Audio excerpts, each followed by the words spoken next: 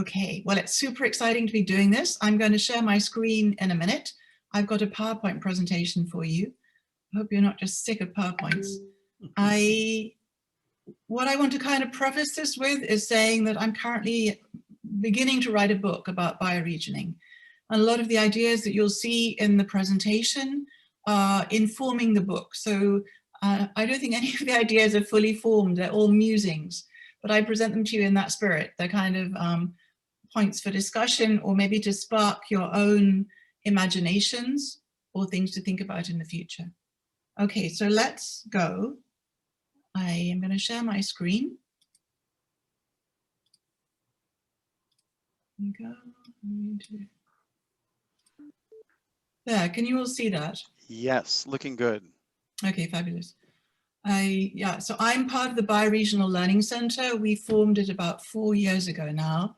There are 3 of us at the middle of the Learning Centre. Myself, Jane Brady, who is a genius at graphics and kind of visual communication, and Nick Paling, who works for the West Country Rivers Trust, who's an expert in communications, data, and GIS mapping. So together we are the team, but we have many associates, of which Glenn, I'm delighted to say, is one. So next slide. So in regenerative development and design, we start off by asking this question: how big is here? So how big is South Devon? How did we decide how big South Devon was going to be? Well, there's another word in Welsh. I don't know very many words of Welsh, but there's another Welsh word, which is hiraeth. And hiraeth means belonging to home, or longing for home, or feeling at home. I don't think it can be translated very directly into English. It's probably a very Celtic concept.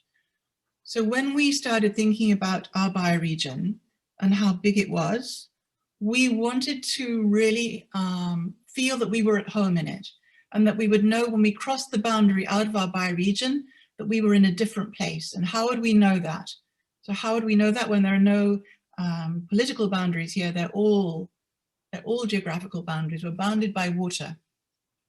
So in the picture on the left, which is the map of our bioregion, I'm afraid you probably can't see the place names very clearly, but the place name that's bottom left is Plymouth, which is where Glenn's ancestors came from. And Plymouth has the mouth of the River Tamar flowing past it, and that is a boundary between Devon and Cornwall, and it's been like that since the days of King Athelstan in about 976 AD. And on the east side, there's another river, the Tean. You can probably see there's a little town marked on the map, top right, called Teignmouth. That's the mouth of the Tean. And we have 5 main rivers actually in our bioregion.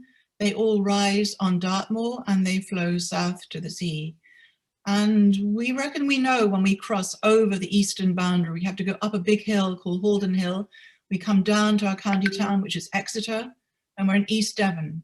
And it's flat and it's very open and it has a different kind of landscape and agriculture. And again, if we move from the middle of the moor, which is what you're seeing in the top, over to into North Devon, again, it feels very different, a different kind of culture, a different landscape, much poorer landscape, poorer people. So you kind of get a sense that, okay, we kind of call ourselves in this place, which is home, and the Romans called the tribes who lived in this place the Dumnoni, the dwellers in the deep valleys, because we've got some very deep valleys carved out by glaciers, not by glacial meltwater rather than glaciers themselves. So South Devon is about 712 square miles in size, or 1,845 square kilometers. You can cross it in almost any direction in a car in about 2 hours. Our population is about 538,000. We've got 2 large urban areas in Plymouth and Torbay. Torbay is kind of where it says Paynton, up on the right-hand side below Teignmouth. And we have a lot of rural. And I came to live here about 10 years ago. And on the right-hand side, I wanted to show you that if we're thinking in terms of bioregion, we can actually think much bigger. You'll see, whoops, let's go back again. Plymouth is getting marked on the map in Devon, but actually we look across to Brittany. And as you all know, in the times of glaciation, before the glaciers melted at the end of the last ice age about 12,000 years ago, we were connected to Europe by a land bridge. And so all of this area, which is currently sea, called the English Channel, would actually have been dry land.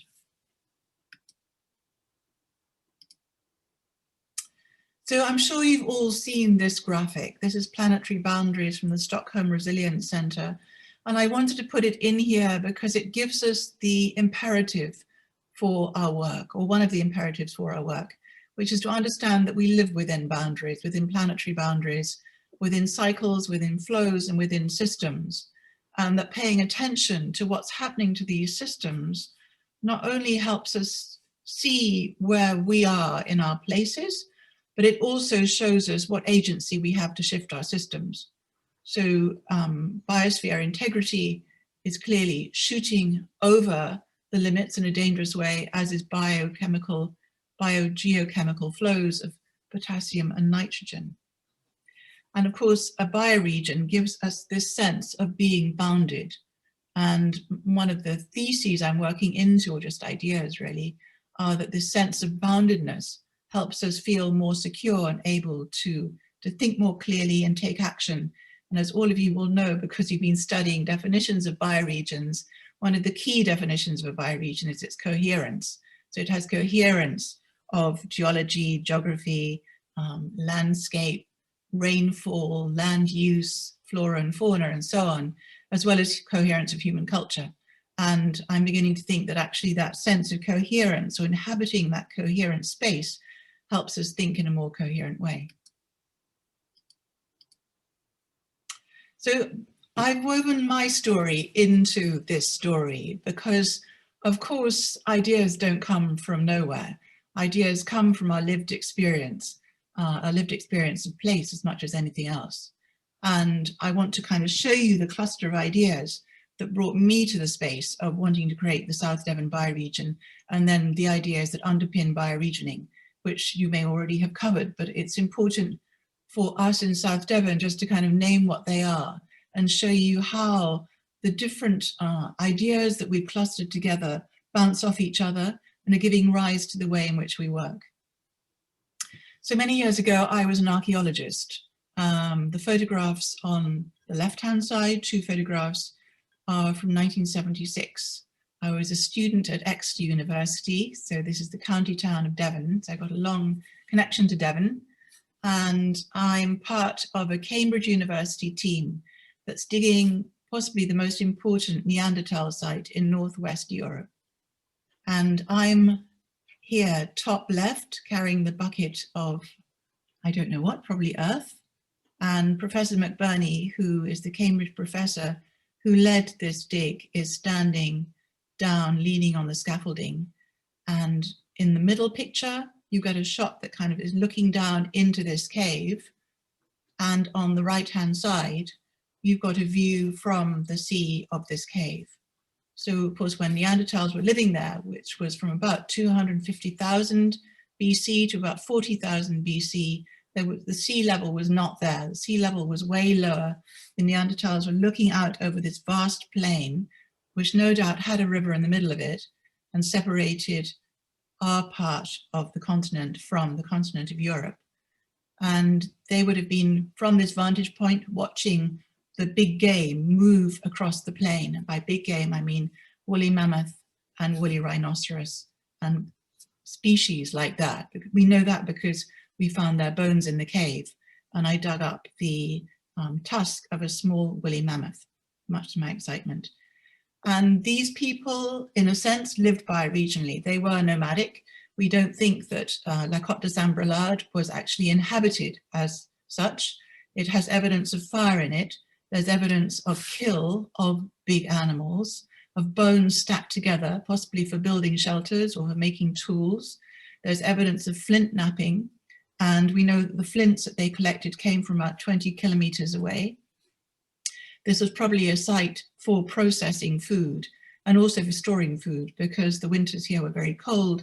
They could have stored food in the permafrost after the first snows of autumn began to fall, they could have kept their food, as it were, in the refrigerator. So this is one of my experiences that I think has really shaped the way in which I think about bioregions. It gave me a really felt sense of kind of an inhabited sense of being in my body in a place that was clearly very old and had been very old, not just in geological terms, but in human terms, and also gave rise to a culture that was extremely long-lived, possibly longer lived than our culture will be. And it's the culture that, of course, precedes Homo sapiens. But we also have parts of Neanderthal DNA in each of us. So it is our culture of origin. So this next slide, why have I put that in here? So I wanted to say a bit more about me and why I see the world in the way I do. As Glenn mentioned, I had a long career in the world of art history and art and the London art world in general. And I wrote as an art critic for the Times, not because I had any particular knowledge of art history. In fact, as you've just heard, I studied archaeology, but I kind of fell into the world of art through working for something called the Warburg Institute in London. And from there, created a career in art history. And I chose for the Times to review exhibitions about which I knew absolutely nothing, because that's my greatest fun, is finding out more about things I know nothing about. And I've chosen to represent this period in my life, a small detail of a painting by the Flemish master Van Eyck. It's not yet a painting, in fact, it's a drawing. It's a drawing on wood, which he left unfinished.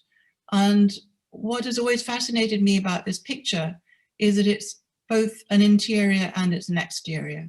So you have the building of a great tower. So the story of St. Barbara, which I forgot in detail, was that she was walled up in a tower, no doubt for being a Christian or for committing some sin against the religion at the time, which was not a Christian religion. And instead of creating a tower in the background, they're actually building a great cathedral. And you can see all the work of building the cathedral and carrying the stones while St. Barbara sits in the foreground. And when I wrote about art, I always tried to think my way into the world of the artist who'd created that art. So why did their mind think in the way that it did? Why did they see the world in that way? And why was material culture being created in that particular period in that way, from seeing that world? And I think this partly came from my time in archaeology, in realizing that the materials at our fingertips that we have to hand are the ones that we cluster around us in order to enable us to make sense of our world, to give ourselves a sense of being in the midst of patterns and of seeing more clearly. So I'm now going to move on to the Dart Valley bioregion. So let me look at my notes and get this right. There's somebody called Patrick Sale, who you've probably come across, because he's one of the early writers about bioregions and bioregioning. And he led a short course at Schumacher College, which is just up the road from here in Totnes, back in 1992. And this was a moment when in California in particular, there was a huge amount of activity around bioregions and bioregioning. They weren't thinking about bioregions with the same concept of the potential that we see they have now. Instead, for them, as far as I can discern, they were much more interested in getting back to the land and indigeneity and what it meant to belong and be indigenous. They weren't having to grapple with all the issues about climate change and biodiversity loss and so on that we are. So in a sense, they had the luxury of regarding, observing, and just recording and making stories about where they lived in a way that seems less urgent to the way we see this project now. And you'll see that on the middle image and the left-hand image are images from a little booklet that they made at the end of the short course. So what they chose to do was to take the Dart Valley as their mini bioregion And they created this beautiful image called Data the otter on the left. And all the lines on Data's body are the lines and tributaries and main channels of the Dart River. In the middle, you can see they map vegetation and land use. They map lots of other things too. They, for some reason, upended the Dart Valley, so it's no longer actually running north-south. And on the right-hand side is a much more recent map of the Dart Valley, which comes from what looks like a really fascinating project called Flood and Flow that took place from 2015 to 2018, which was looking at place names and how they gave clues to how landscape used to be and how rivers used to flow in the landscape. So this is kind of what first got me interested in bioregions and bioregioning, because somebody at Schumacher said, oh, well, there was this short course all these years ago. We don't know what happened to the little booklet that came out of it. So I hunted everywhere in Schumacher College, couldn't find it, and eventually tracked it down in the Totnes Heritage Centre.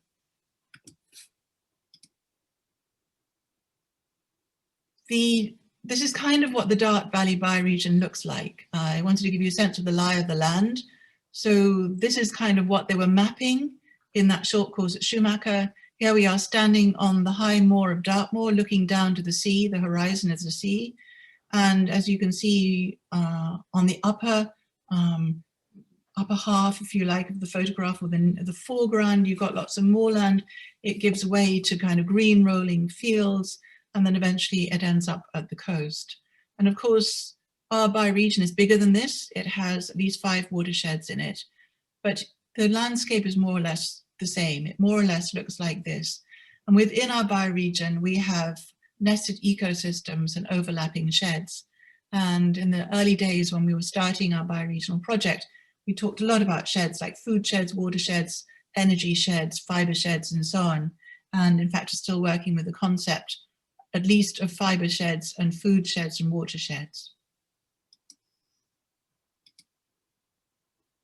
So I wanted to just kind of to really pay tribute to the shoulders on which we stand. I have no doubt that you know about Eleanor Ostrom's work governing the commons, but I also wanted to mention here people like Peter Berg, who started Planet Drum, Doug Aberley, who with Kirkpatrick Sale was very active in California, Donella Meadows, and all that work that she did on cybernetics and systems and points to intervene in a system. Eleanor Ostrom, who was awarded the Nobel Prize in Economic Sciences in 2009 for all of her work around common pool resource management. And of course, things like permaculture, transition and regenerative design. So this is the cluster of ideas, of concepts that we've gathered together for South Devon. I think you'll find that probably all of these authors, all of these thinkers, in some way managed to synthesize their ideas into a very kind of a small handful of principles in the way that Eleanor Ostrom has done here. You'll see as I go through the talk how governing the commons is a very strong strand of how we imagine our work here and thinking about common pool resources. I was also beginning to think, partly because of writing the book, into what the principles of bioregioning might be. Perhaps we can have a discussion about that at the end of this talk, because I've got a few ideas, but I'd love some help with that. So here's another way of thinking about bioregions, of inhabiting place. Claire, I know you've mentioned Gary Snyder in the past, and he is a poet who was also in California, so kind of part of that whole cauldron of thinking about bioregioning. And his poem Water, for me, is a lovely way into this kind of inhabiting a place. So we're not just doing it intellectually, but we're doing it in terms of our body and feeling and really kind of sensing into the places in which we are. So I'll just read this to you. Pressure of sun on the rock slide whirled me in a dizzy hop and step descent. Pool of pebbles buzzed in a juniper shadow. Tiny tongue of a this year rattlesnake flicked. I leaped, laughing for the little boulder color coil. Pounded by heat, raced down the slabs to the creek, deep tumbling under arching walls, and stuck whole head and shoulders in the water. stretched full on cobble, ears roaring, eyes open, aching from the cold, and faced a drought. So this way of looking at a bioregion is just as important as all the mapping and measuring and intellectual delving that we're doing, as I wanted to hold on to that. So Glenn has talked about story of place, and so I'm going to tell you a little bit about how we work with story of place. I haven't got time to go into it in great detail, but we have now got a report on how we made the story of place for Northwest Plymouth, and there's also a slide deck that you can see on our website, and I can send you links after this talk.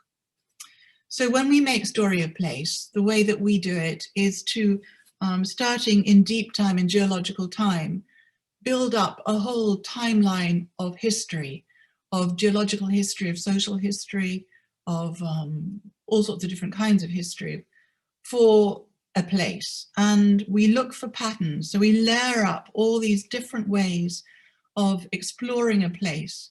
And we often kind of find the initial patterns in the geology, in deep time. And what we're trying to do by building up these patterns is to understand core purpose, core value, and core processing. We want to understand not just a timeline of how events have influenced this place and how people have shaped that place. We want to understand what is the essence of the place and how, by working with that essence, we can use regenerative design techniques in order to look into the future potential of that place. So the patterns that we saw in Northwest Plymouth, which is a rather neglected area in a sense, and it's kind of anonymous. It was rural farmland for many, many centuries, from the Doomsday Book up till about 1944, after the catastrophic bombing of Plymouth by the Luftwaffe. The Plymouth City Council bought up a lot of that arable land and they turned it into housing estates. But what was interesting in a sense is the pattern of the old estates, which had been there from the Doomsday Book, actually appears in the housing estates now, in the way that they cluster around a central green and the way that they're named. So we discovered patterns which were edge and exchange, welcoming home, resourcefulness and resourcing. And we were testing these patterns through history, through the layers, and through the geology. I'm going to have to leave you with that, I think, in a rather tantalizing way, but only to say that we created the story of place as part of a project called River Keepers. The intention was to enroll local people to be guardians of their urban streams, because despite all the building of urban estates, there are these little deep wooded streams that run through and between the estates. And once you go down into those little valleys, you could be out in the wild. It's quite extraordinary. And there is clearly a need for people to take better care of the urban streams because they're having toxic spills in them, which are killing the fish. And our point of doing the story of place was really to enroll local people by reflecting their place back to them in a sense of pride in their place. So I'm kind of going to come back, or in a sense broaden out actually. This slide should say not Northwest Plymouth. Hang on, I seem to have lost my screen. Get the next one up. Yes, the chart of the forest.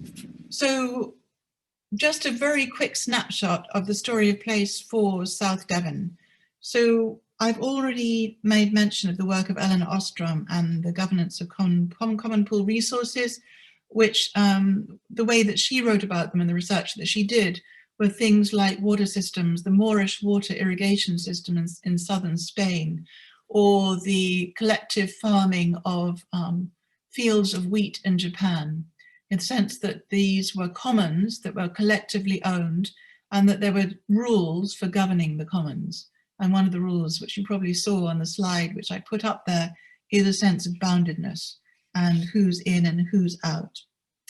So a key piece of history in southern Devon is that in 1204, the men of Dartmoor petition King John and say, we want to have our own charter of the forest.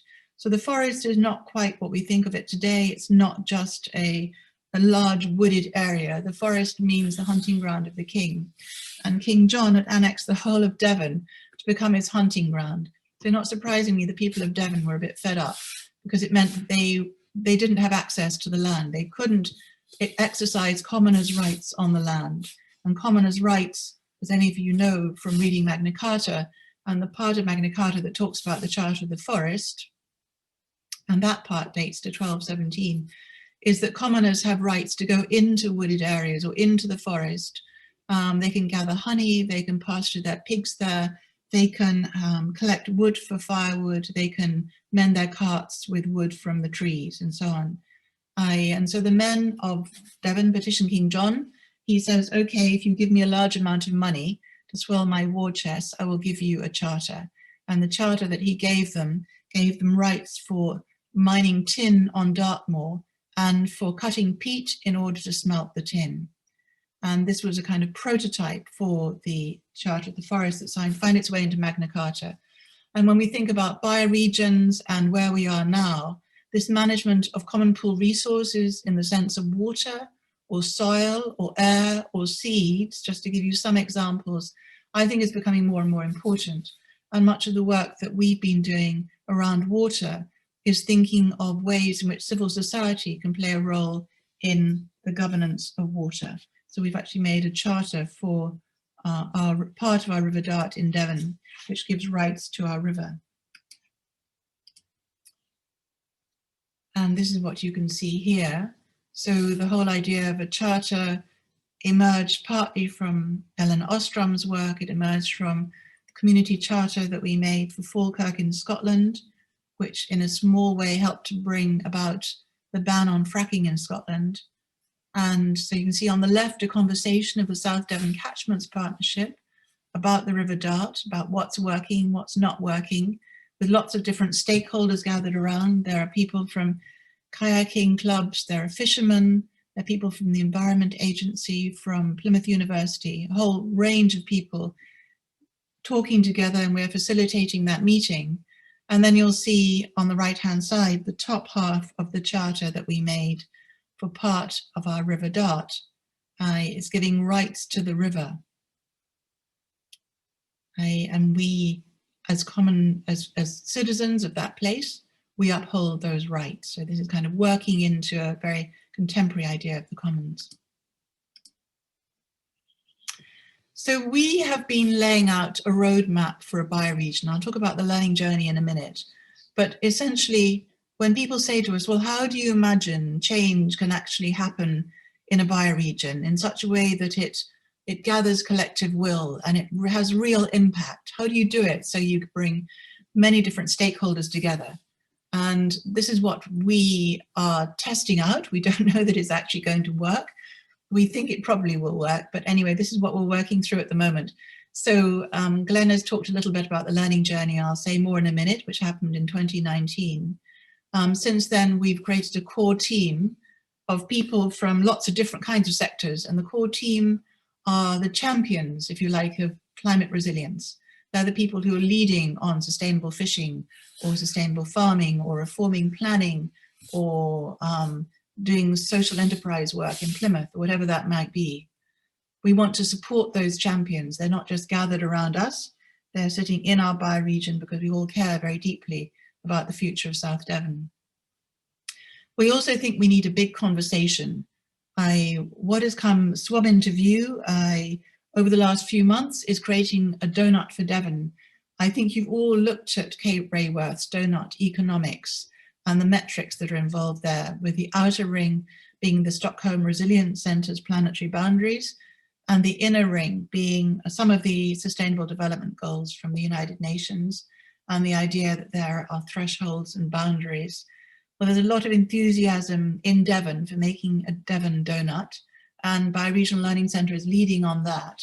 And we see this, we see it as a first step. It's not really an end in itself. We think it's important that we create a baseline and we decide what metrics we want to measure from, and that we're confident that it's possible for communities and grassroots groups to be able to measure from dashboards that connect to those metrics as much as for Devon County Council to measure and to meet their statutory requirements through knowing where they are on the donut. So in many ways, this process of creating the Devon Donut is our excuse for a big conversation, raising public awareness. We're going to have a public-facing program around this, and we're going to run something called Donut Cafe, which will be online, and in many ways it's going to be tackling the different sectors of the donut, figuring out what's happening in South Devon and what extra help we might need in order to build resilience. Co-design we see as really important. It's part of how we work, is part of our methodology, aligning around an agreed goal. So if the donut becomes the agreed goal, we want to bring many stakeholders together, civil society, governance, public-private sector, NGOs, and food, water, energy, waste, and so on, into a room at some point to co-design together a strategy which will enable us to move from the donut into the kind of world that we want to create. You're From at 30 minutes, Isabel. Oh, thank you very much. Good. From that, we want to create a distributed organization from those many different parts of society and sectors that hold the emerging strategy. A fund for projects has miraculously appeared in the form of the Devon Environment Foundation, so we don't have to do that bit. We are creating a learning region. That's our ambition, a kind of learning lab. And at some point we want to have a back room, which is a kind of place where we can crunch the data and be able to support communities in particular to understand the data. So the learning journey in 2019, we went all over our bioregion. We looked at food and farming, we looked at water, we looked at the urban area of Plymouth, we looked at sea defences and fishing and many other things as well. So we had 5 days, and this is a shot of one of our friends at a local farm, a biodynamic farm, where they managed to reinvigorate the soil, to take it from something that was hard, compacted, on which nitrogen and potassium had been placed for fertilizer. And in 3 years, they brought it back to organic health. So it's full of microorganisms, it's healthy soil. We also went up to Venford Reservoir on Dartmoor, which is where some of our drinking water comes from.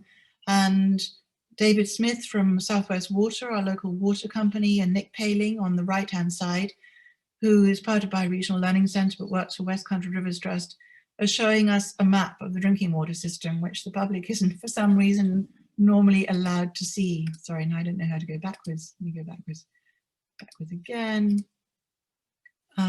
So we're standing actually on the reservoir looking at the map and understanding what happens in times of drought, in times of flood, and how infrastructure may need to change in the future. We're also having a conversation about behavior change. And here's my last slide. This is a slide from a visit we made on the learning journey to a place called Slapton, which is on the south coast, where they're having a managed retreat from the sea. Every 10 years or so, they're having tremendous storms that wash away the road that goes along the shingle. The road is kind of actually sitting partly on the beach, I suppose, with shingle underneath it. And when the storms come, they wash the shingle away and the road collapses. And so, because they've now been told that the next time this happens, they won't be given any funding to replace it, they're going through a process to understand how they can live without that road. They have a road that gets them to the interior. They'll be missing a road that gets them from where they are to the next village down on the seashore.